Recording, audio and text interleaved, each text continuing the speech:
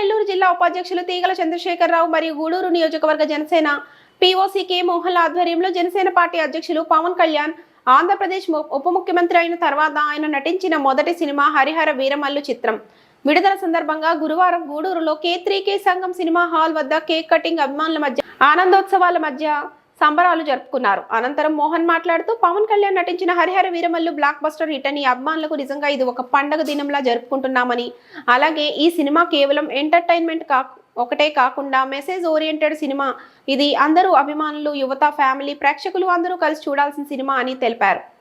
చిలకూరు మండలం ప్రధాన కార్యదర్శి మనోజ్ కుమార్ మాట్లాడుతూ పవన్ కళ్యాణ్ చిత్రంలో ఒక మెసేజ్ ఉంటుందని, అలాగే ఈ చిత్రంలో కూడా మెసేజ్ ఉందని అభిమానులందరూ హాల్లో సంబరాలు జరుపుకుంటున్నారని తెలిపారు. పట్టణ కార్యదర్శి సాయి కిరణ్ మాట్లాడుతూ మా ప్రీతమ నాయకులు పవన్ కళ్యాణ్ హరిహర వీరమల్లు చాలా బాగుందని, ఎన్నో ఏళ్లుగా ఎదురు చూసిన మాకు అభిమానులందరికీ చాలా సంతోషంగా ఉందని, అందరూ చూడవలసిన సినిమా అని తెలిపారు. ఈ కార్యక్రమంలో జనసేన పార్టీ నాయకులు వంశీకృష్ణ, విజయ్ కుమార్, వసంత్, హేమంత్, సాయి, జన సైనికులు, అభిమానులు తదితరులు పాల్గొన్నారు.